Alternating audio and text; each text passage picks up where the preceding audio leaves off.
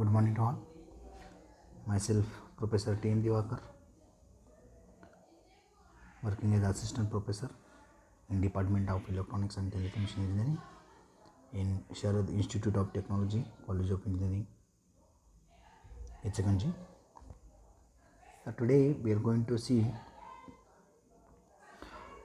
human rights and human duties. First of all, we are going to see the origin of the human rights and human duties. So, the emergence of the rights in political thought is generally regarded as relatively recent, though any historical study of rights reveals how indeterminate the philosophical charting of the evolution of the rights has been. So, Reltenal in 1988, he said the human rights are considered the offsprings of natural rights, which themselves evolved from the concept of natural laws. The natural laws, which has played a dominant role in Western political theory of centuries, is that the standard of higher order morality against which all other laws are adjudged. To contest the injustice of human made law, one was to appeal to the greater authority of God or natural law. A human right, by defining, is a universal moral right, something which all men everywhere at all times ought to have, something of which no one may be deprived without a grave affront to justice, something which is owing to every human being simply because he is a human. So eventually this concept of natural law evolved into natural rights, and this change reflected a shift in emphasis from society to the individual. Whereas the natural law provided a basis for curbing excessive state power over society, the natural rights gave individuals the ability to raise claims against the government. Next, the modern conceptions of rights can be traced back to Enlightenment political philosophy and the movement primarily in England, France, and the United States to establish limited form of representative government that would respect the freedom of individual citizens. Next one, a brief history of human rights. So the Universal Declaration of Human Rights, that is UDHR, turns 70 years old and continues to be the international magna carta for all men everywhere. The chair of the United Nations Human Rights Commissions once defined it. However, before the widow of the former President of the United States presented the world with his documents in 1948, so there were prior treaties that recognized the need to give a single equal status to all human beings. Next one, the United Nations pinpoint the origin of human rights to the year 539 BC, when the troops of the Cyrus the Great conquered Babylon. Cyrus freed the slave, declared that all the peoples had the right to choose their own religion, and established racial equality. These and other precepts were recorded on the baked clay cylinder known as the Cyrus cylinder. Those provisions served as inspirations for the first four articles of the UDHR. Next, come to the point. So in the every slides, actually we know what is human rights. So today also come to know what exactly the human rights. Sorry, human rights are the rights inherent to all human beings, whatever our nationality, place of residence, national or ethnic origin, color, religions, language, or any other status. We are all equally entitled to our human rights without discriminations, and these rights are all interrelated, interdependent, and individual.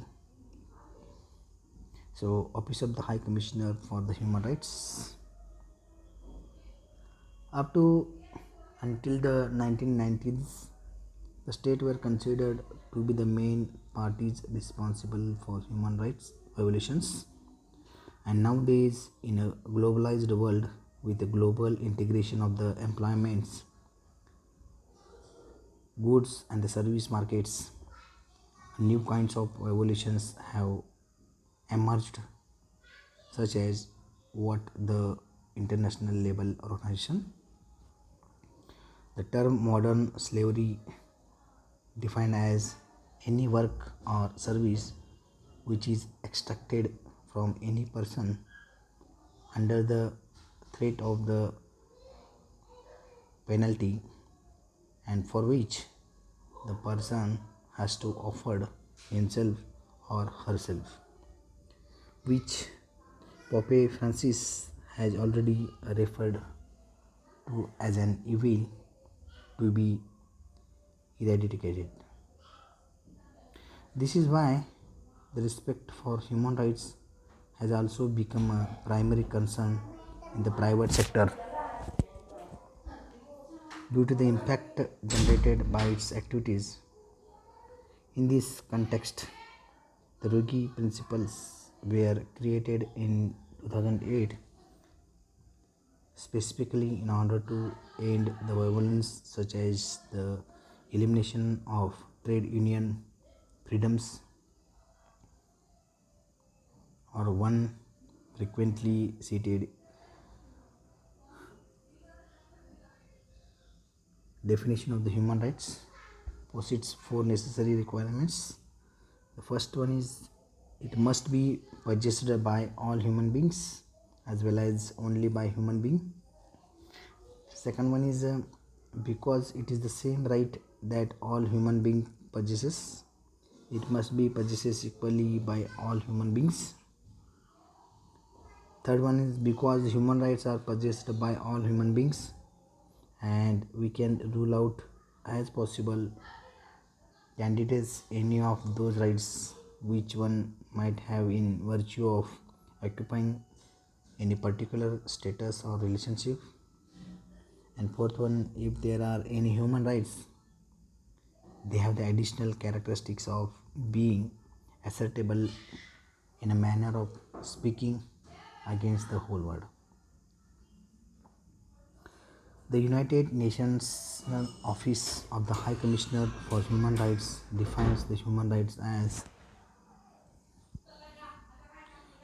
human rights inherent to all human beings, whatever our nationality, place, or residence, sex, national or ethnic origin, color, religion, language, or any other status, we are all equally entitled to our human rights without discriminations.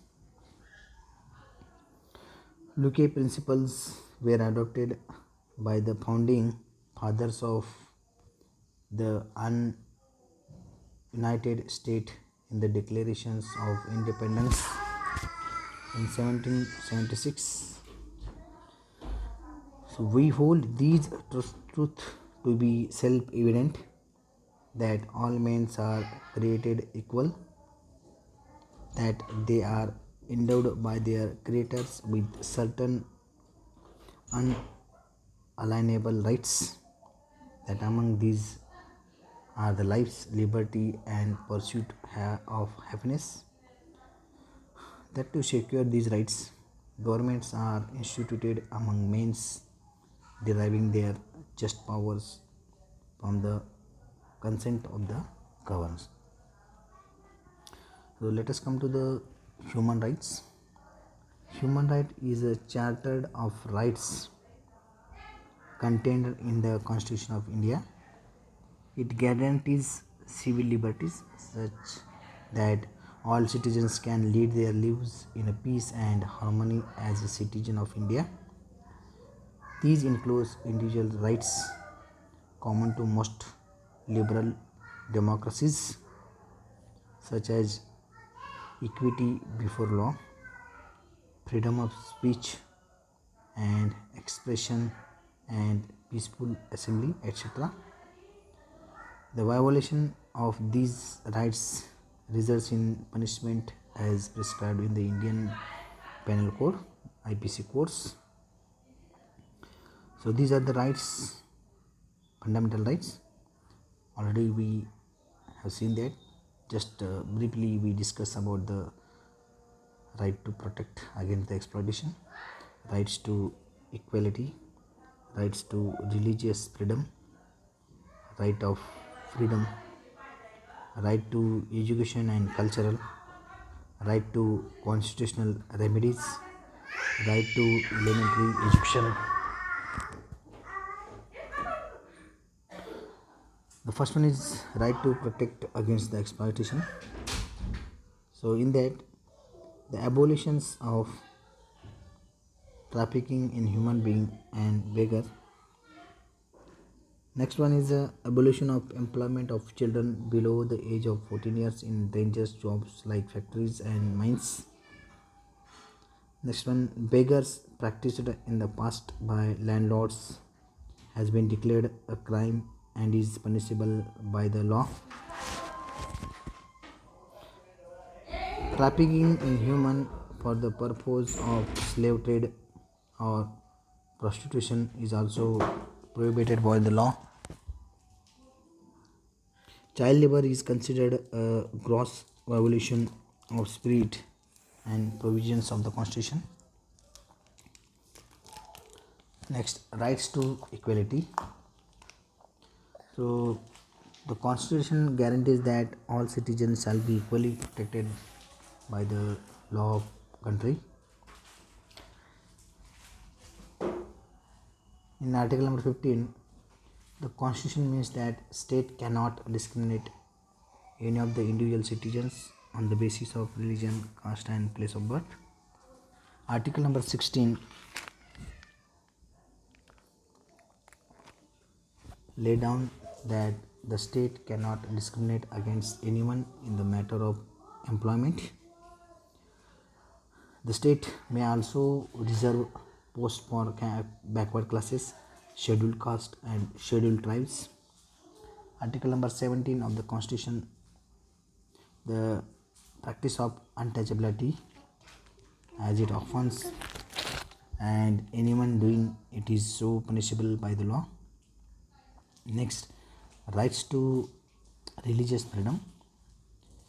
Everyone has the right to practice his or her own religion or no religion at all. Next, this right is covered in article number 27, 25, 26, 28. And the main objective is to sustain the principle of secularism in India. And according to the constitution, all religions are equal before the state and no religions shall be given preference over the others. Citizens are free to practice and propagate any religions of their choice. Next one, rights of freedom. So freedom of speech and expressions which enables an individual to particular in publics to participate in public. Reasonable restrictions can be imposed in the interest of public order, security of the states. Next, freedom to move freely throughout the territory of the India. Next one, rights to education and cultural. As India is a country of many languages, religious and cultural, the constitution provides the special measures in article number 29 and 30 to protect the right of minorities. Any community which has a language and script of its own has the right to conserve and develop it. No citizens can be discriminated against for the admission in the state. All minorities can set up their own education institution. Next one, rights to constitutional remedies. So it is created as one of the main fundamental rights because the constitution recognized the need to protect the right of the citizens. It empowers the citizen to move a court of law in case of any denial of the fundamental rights. In case of imprisonments, the citizens can ask the court to see if it is according to the provisions of the laws of the country. And the last one, according to the article number 32, Indian citizens can stand up and fight for their fundamental rights if they are breached. What are the rights to the elementary educations? So article number 21, on 2nd April 2010, the India joined a group of few countries in the world with a historic law making education the fundamental rights of every child coming into force, making elementary educations an entitlement for the children in the age of 16 to 40. The right of children to free and compulsory education act will directly benefit children who do not go to the school at present. So Prime Minister Manmohan Singh announced the operationalization of this act.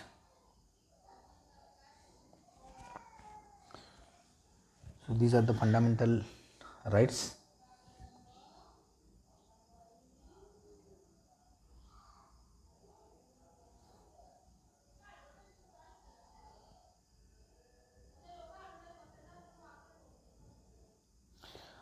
Next one, we are going to see what are the fundamental duties. The fundamental duties are defined as the moral obligations of all citizens to help promote a spirit of patriotism and to uphold the unity of India. These duties set out in part 4th A of the Constitution concern individual and the nations. Like the directive principles, they are not legally enforceable.